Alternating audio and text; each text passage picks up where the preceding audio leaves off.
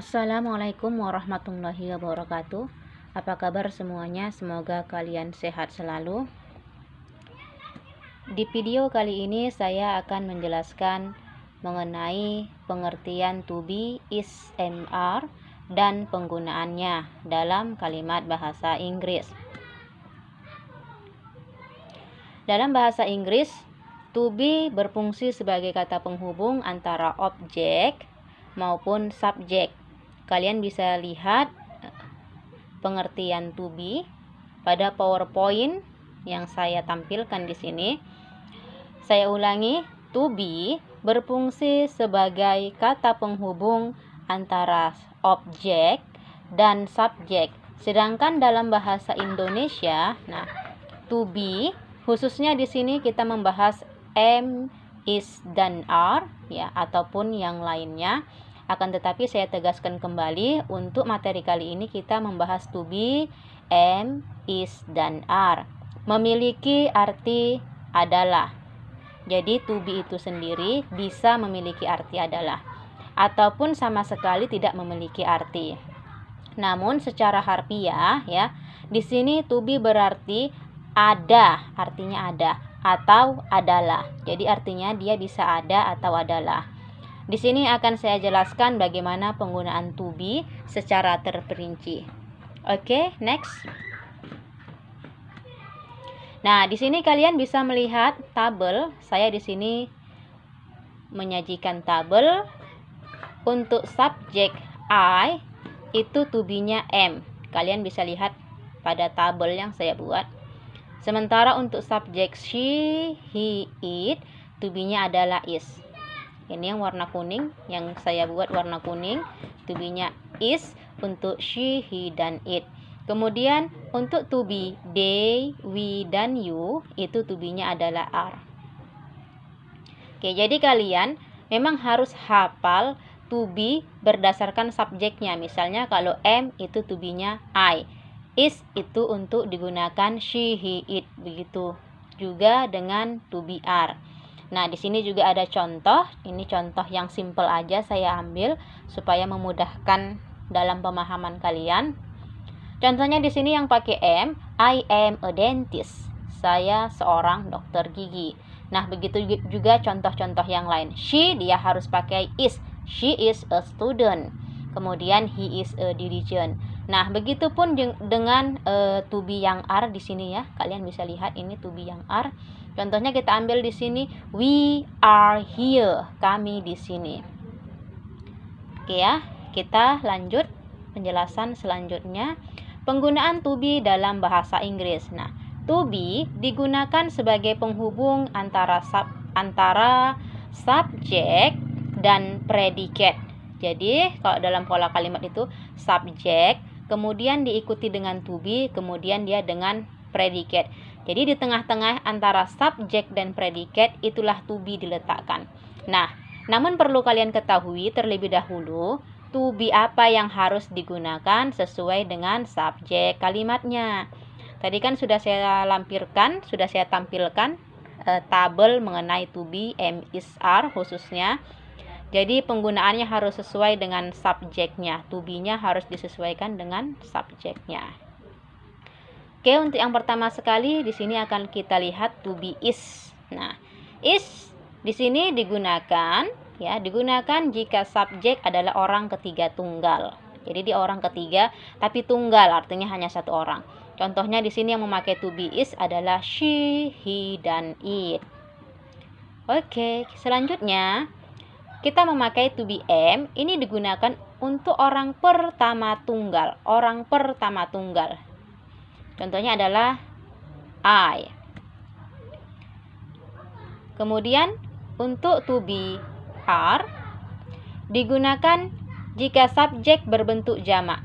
Jadi to be are khusus digunakan untuk subjek berbentuk jamak, yaitu subjeknya they dan we. Juga bisa digunakan untuk orang kedua tunggal. Kalian bisa lihat penjelasan pada PowerPoint. Untuk orang kedua tunggal itu contohnya you. Jadi kita hafal, kita ulangi ya, kita hafalkan. Is digunakan untuk she, he, it. Am digunakan untuk subjek I. Dan are digunakan untuk they, we, dan subjek you. Penggunaan dalam kalimat. Nah, yang pertama, penggunaan sebagai penghubung kata benda. Contohnya, yang pertama sekali kita ambil untuk to be is. Contohnya, she is a girl. Dia adalah seorang anak perempuan. Jadi, girl ini adalah noun atau kata benda. Oke. She digunakan untuk kata ganti perempuan. Kalian juga harus ingat, she ini adalah subjek yang digunakan untuk kata ganti perempuan. Girl itu adalah perempuan. Kemudian untuk he juga menggunakan subjek is. Contohnya di sini, he is a boy. Dia adalah seorang anak laki-laki. Nah, he ini digunakan untuk kata ganti laki-laki. Jadi, boy itu anak laki-laki. Jadi, kalian juga bisa menggunakan dalam contoh kalimat yang lain. Contohnya seperti the man atau Mr. Joko. Itu kan laki-laki. Jadi, he ini juga digunakan untuk menandakan kata ganti laki-laki. Selanjutnya, it. Nah, it. Di sini contohnya, it is a cat. Ini adalah seekor kucing, di mana it digunakan untuk kata ganti binatang ataupun benda. Oke, contoh selanjutnya untuk yang to be-nya are. Are digunakan untuk kata ganti di mana subjeknya berbentuk jamak ya. Contohnya di sini they. Contoh kalimat, they are doctors. Mereka adalah para dokter. Jadi kata bendanya doctors di sini kita harus tambah akhiran s menandakan dia jamak. Kemudian we are human. Kita adalah manusia. Nah, kami adalah manusia. Jadi kami ini artinya kalau kami itu kan jamak ya, lebih dari satu. Kalau dia yang pakai you juga boleh, karena you juga to be-nya are. Contohnya di sini, you are a student. Anda seorang siswa. Untuk to be yang am, contohnya, I am a merchant. Saya seorang pedagang. Begitupun contoh yang lainnya. Oke, selanjutnya poin yang kedua, salah satu penggunaan to be yaitu sebagai penghubung kata sifat. Jadi, setelah to be, dia harus diikuti dengan kata sifat. Ini contohnya sudah tampil di sana. Untuk contoh yang pertama kita mengambil to be is. Oke, to be is. He is handsome. Kemudian she is beautiful. It is nice. Jadi handsome, beautiful, nice. Ini merupakan kata sifat. Ya, atau kata sifat yang melekat pada diri makhluk hidup. Sesuatu sifat-sifat yang melekat pada makhluk atau pada benda, itulah dia kata sifat. Jadi kalian bisa gunakan atau bisa kalian sandangkan is ini diikuti dengan kata sifat. Contoh yang lainnya juga seperti itu. Itu di sana ada are, they are busy, you are beautiful, ya. Kemudian untuk yang am, kalian bisa mengatakan I am good, saya baik. Kemudian I am sad, saya sedih, ya.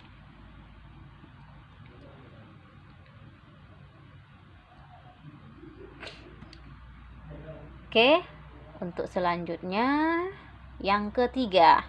Poin yang ketiga, penggunaan to be yaitu dihubungkan dengan kata keterangan atau adverb.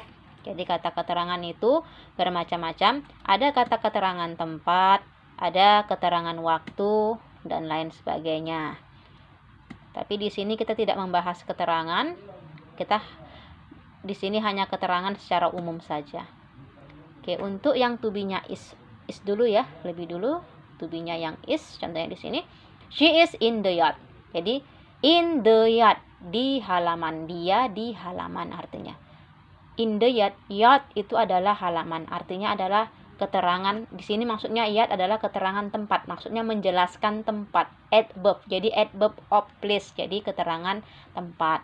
Begitu juga dengan he is at school. School itu adalah tempat, dia berada di sekolah. Selanjutnya yang untuk contoh are, di sini juga ada we are at home, kemudian they are at school. Jadi semuanya memberikan keterangan atau tempat. Yang M bisa kalian lihat pada video, yaitu I am at home. Jadi banyak ya untuk tempat itu, bisa market, bisa hospital, kemudian mall dan lain sebagainya. Nah, penggunaan to be yang keempat yaitu sebagai penghubung kata kerja yang menyatakan sedang melakukan sesuatu. Jadi penggunaan yang keempat, saya ulangi, yaitu menghubungkan kata kerja yang menyatakan sedang melakukan sesuatu. Oke, kita lihat contohnya. Untuk to be is sudah tampil ya contohnya. Nah, untuk to be is contohnya di sini, he is watching television. Perlu kalian perhatikan apabila is, perhatikan pada kursor yang saya tunjuk. Apabila is diikuti dengan kata kerja, ini kata kerja dasarnya sebenarnya watch. Karena di sini ya setelah subjek dia memakai is, maka pada kata kerja watch ini harus ditambahkan akhiran ing menjadi he is watching television. Dia sedang menonton televisi. Begitu juga untuk tiger. Tiger is eating a rabbit. It kata dasarnya. Berhubung subjeknya diikuti dengan to be, maka pada kata kerja di sini ditambah akhiran ing. Jadi tiger is eating a rabbit. Jadi artinya menjadi sedang, di mana si subjek sedang melakukan suatu pekerjaan. Dia sedang menonton televisi. Kemudian harimau sedang makan kelinci. Begitu juga dengan contoh-contoh yang lain ya. Kata kerjanya harus ditambahkan akhiran ing. Jadi kalian bisa lihat ini ada beberapa contoh yang lain seperti you are driving, I am speaking English. Nah, jadi kata kerja di sini semua ditambah akhiran ing. Speaking, driving, eating, washing. Nah, pada terjemahannya dia harus memakai kata-kata sedang.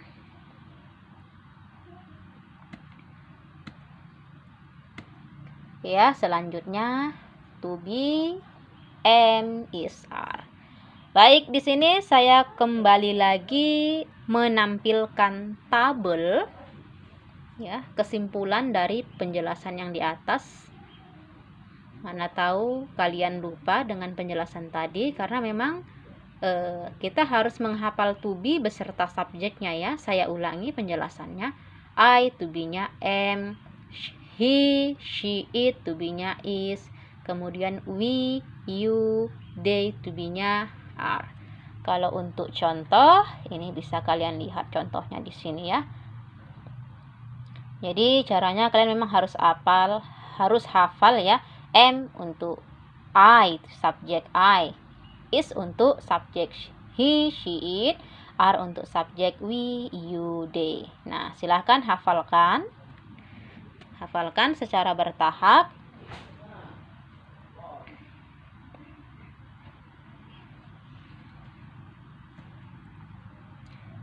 Oke, di sini ada kesimpulan yang berkaitan dengan catatan penting yang harus kalian ketahui ya.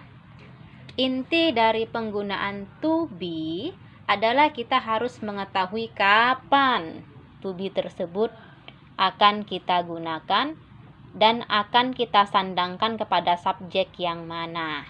Misalnya di sini kalian bisa melihat sebuah kalimat, ini simple aja kalimatnya ya. I is at home. Nah, pada subjek I, ini subjek I bertemu dengan to be is, maka ini kalimatnya salah. Yang salah adalah to be-nya.